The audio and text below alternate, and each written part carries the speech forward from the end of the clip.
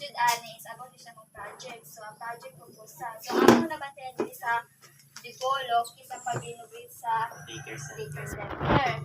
So ang una first nga pangutana ay pila pud ka ha magasto ug budget para matukod kini nga daycare center. So ang pag-gasto lang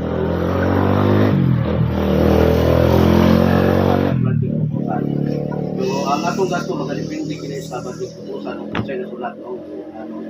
So pero dili po ta kalapas ug dako ug dili ta kabutang og budget ug dako.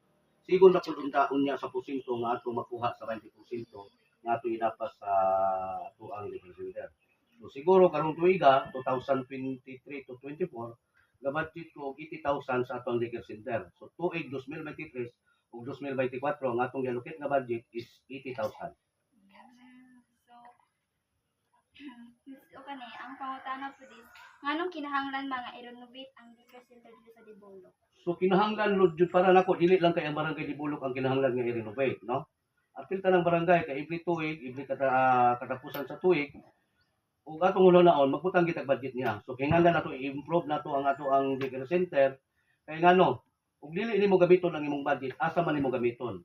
So gagahin-gahin ang pundo ang mga barangay, gagahin-gahin ang pundo ang mga barangay official, ang atong barangay secretary para magamit sa ato ang mga building sa ato ang barangay. So unsay purpose ang imong pagka-barangay official kung dili gyud ka mag-allocate og budget. So ang pinakamayo matag tuig gamiton gyud nimo ang imong budget. Idapat nimo sa imong daycare center para dili mapareha sa ubang barangay nga mahimo na lang matumpag ang barangay ang daycare center kay wala ati manao kamumaha sa mga barangay official. Og naay budget ni tahay. Asa man pud nimo nigikan or asa nigikan nga budget?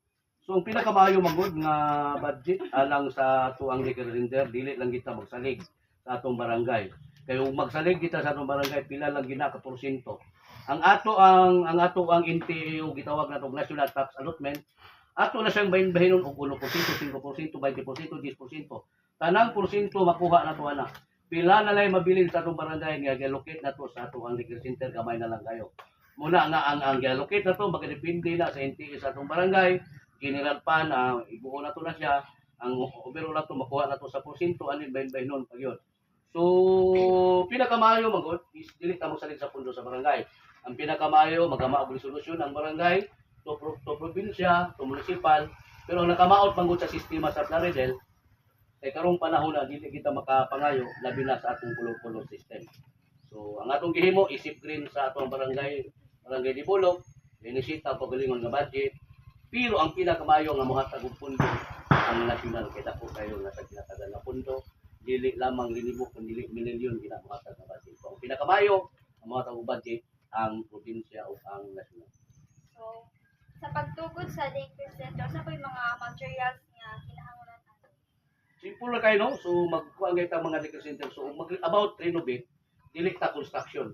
So renovation is mag-repair lang ta ceiling butang na to ato ang atop butang na to atong tiles karon gaplano mi nga ang ato ang daycare center akong aircon no so gaplano to galokita og aircon sa ato ang daycare center so mura na siya mga medyo palitag sim parlins di na kayo mo gamit karon og mga kahoy kay dili kay mo gabok ang mga kahoy so kasagaran gyud mag-renovate sa atong kuan bahala og kamay kagi ang importante nga likon siya mo long time siya nga service sa ang kasagaran kaya gigamit na ito is simento, media, kanang mga parlance. Maya pong gamit ng mga materials. So sa last nga question, sa pag-himo aning daycare center, naapod ba yung mga mag-collaborate na sa national or sa municipal Plaridel? Kailangan ba mag-collaborate? Yes. Dili, ikaw barangay official, dili ka katumo-tumo, no? Ikaw barangay bisan pag usa kagamahanan ni mga kapitan. Dili ka katumo-tumo og renovation sa imo ang mga building unsa pa niya kun wala niagi sa EIP no annual investment plan.